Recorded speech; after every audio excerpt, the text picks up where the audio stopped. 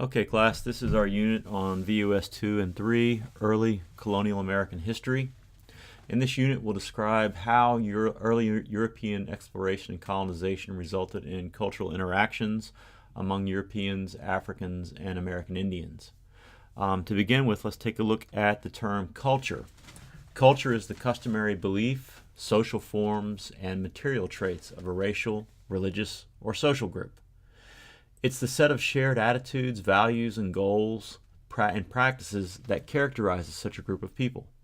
It's also the characteristic features of everyday existence shared by people in place and time.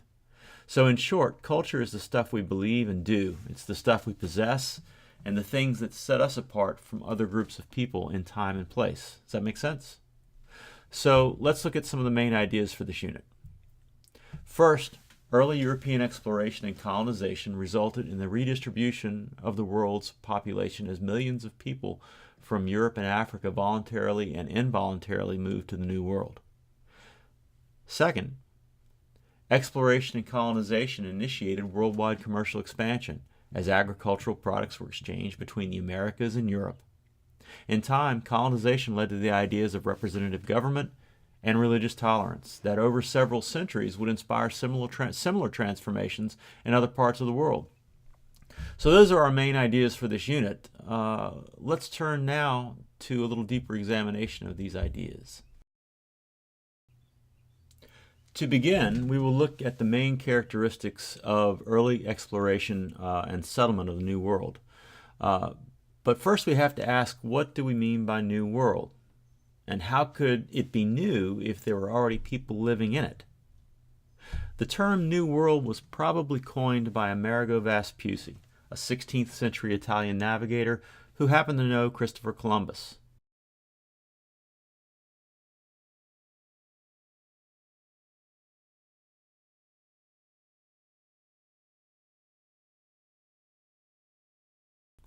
Okay, New England was colonized by Puritans.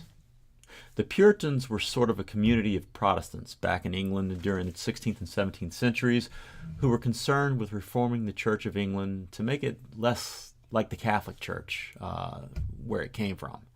If you remember back to your World II course, there was a period in English history where England withdrew itself from the Catholic Church. Well, these Puritans wanted to take the Catholic traditions out of the Church of England, so they sort of wanted to reform the Church. Because of their impulse to reform the Church of England, they were mistreated and discriminated against at home. Ultimately, this mistreatment, coupled with some economic factors, drove the Puritans to leave England and sail for the New World. They began arriving as early as 1620, but most came between 1630 and 1640, in a period historians call the Great Puritan Migration. New England was settled by these religious reformers that we call Puritans. Remember, they were seeking religious freedom from persecution back in Europe, back in England, but they were also hoping to find some economic opportunities.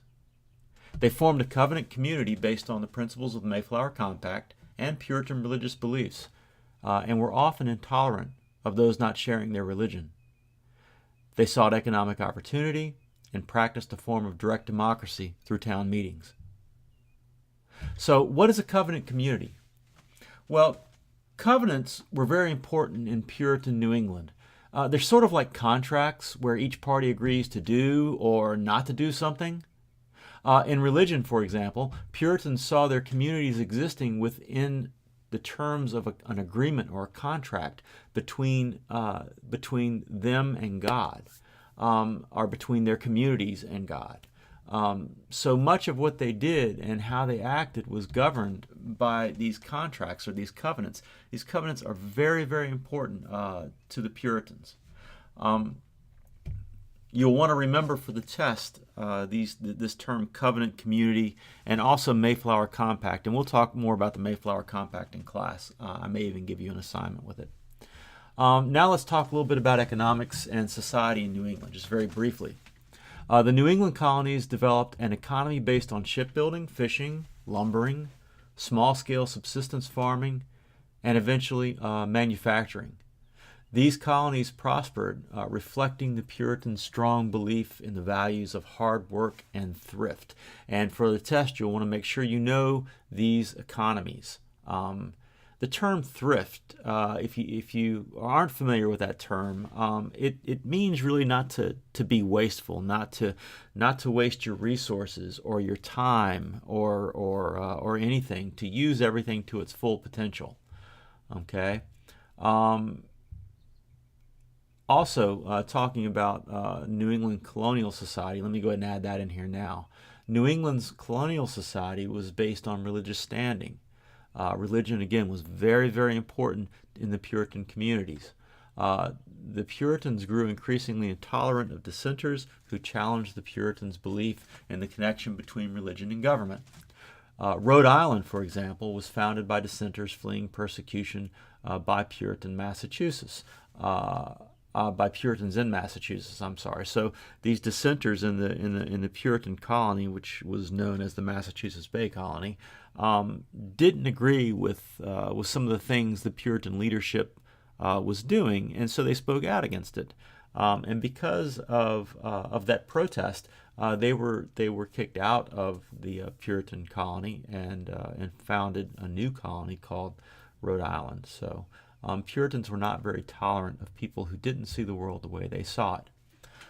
Politically, the New England colonies used town meetings, which were, if you remember back to maybe your World I studies, it's a form of Athenian direct democracy. In New England, what people would do, mainly men, because men were the only ones who were allowed to vote in New England, or really anywhere in the colonies, they would go to these town meetings and they would discuss the important issues of the day, and then each person would vote his conscience on the issue. So there's no representative democracy here. People are participating directly in the decisions being made by their leaders. They're making their decisions jointly, I should say, and that's really what we call direct democracy. And that's going to contrast nicely with what's happening down in Virginia when we start talking about the House of Burgesses in a little while. So stay tuned for that. Okay? All right, on to the next topic. Now I'd like to talk briefly about the Middle Colonies. The Middle Colonies, or the Middle Atlantic region, was settled chiefly by English, Dutch, and German-speaking immigrants seeking religious freedom and economic opportunity.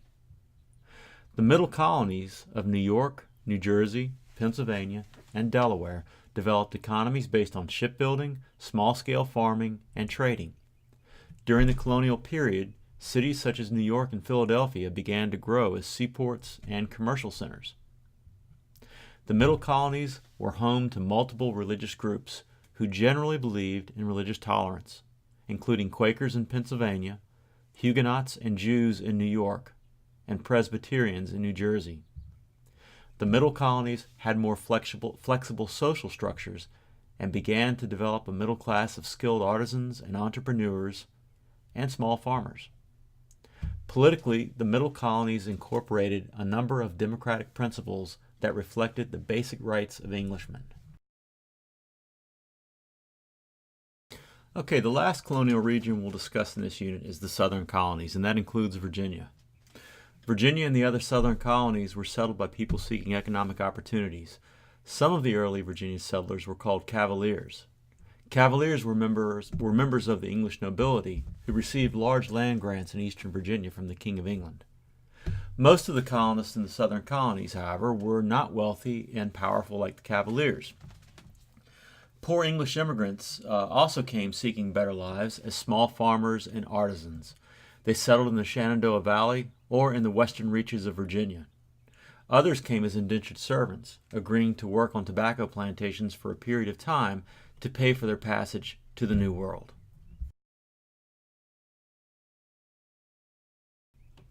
Jamestown, established in 1607 by the Virginia Company of London as a business venture, was the first permanent English settlement in North America. The Virginia House of Burgesses, established by the 1640s, was the first elected assembly in the New World. It has operated continuously and is known today as the Virginia General Assembly. In order to better understand the economies of the southern colonies, we will subdivide the region into two subregions. The first is called the Tidewater region, and the second is called the Appalachian Foothills region. The southern colonies developed economies in the eastern coastal lowlands, or the Tidewater region, based on large plantations that grew cash crops, such as tobacco and rice and indigo, for export to Europe. Further inland, however, in the mountains and valleys of the Appalachian Foothills region, the economy was based on small-scale subsistence farming, hunting, and trading.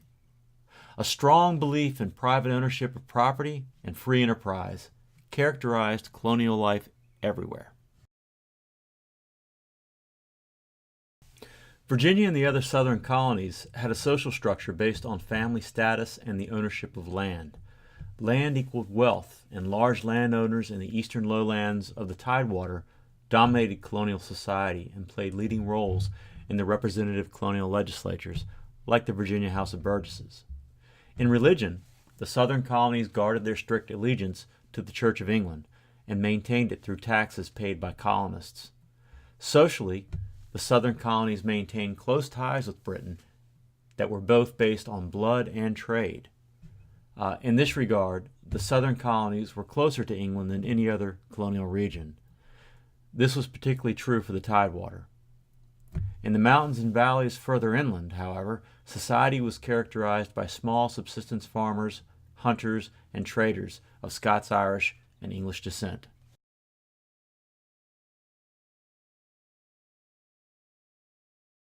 The Great Awakening was a religious movement that swept both Europe and the colonies during the mid-1700s. It led to the rapid growth of evangelical religions, such as the Methodists and the Baptists, and challenged the established religious and governmental orders in the colonies.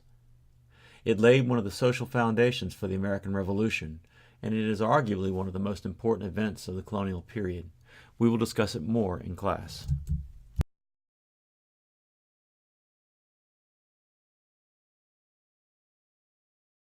What is meant by indentured servitude? First, we should define the term indenture. An indenture is a contract binding one person to work for another for a given period of time. So a person who signed this kind of contract was bound by indentures to work for another person, usually a plantation owner, for 4 to 7 years. In return, they were given transportation to the New World. When they arrived, they would travel to the plantation belonging to the planter who held the indenture. Next, they would be given a place to sleep, food, and clothing. And soon after, they began their work to fulfill the terms of their indenture or their contract. This is what we mean by indentured servitude. The growth of a plantation-based agricultural economy in the hot, humid coastal lowlands of the Tidewater required cheap labor on a large scale. Some of the labor needs, especially in Virginia, were met by indentured servants, who were often poor persons from England, Scotland, or Ireland. At the end of the period of indenturement, indentured servants were given land and tools to start their own farms.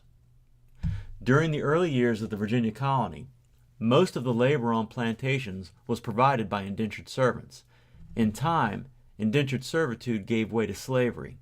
In fact, by the end of the 17th century, African slaves were providing most of the labor for Virginia's planter class.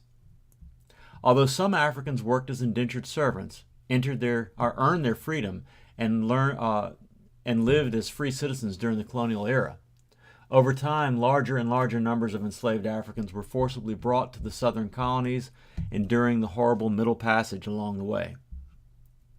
The development of a slavery-based agricultural economy in the southern colonies eventually led to conflict between the North and the South in the American Civil War between 1861 and 1865.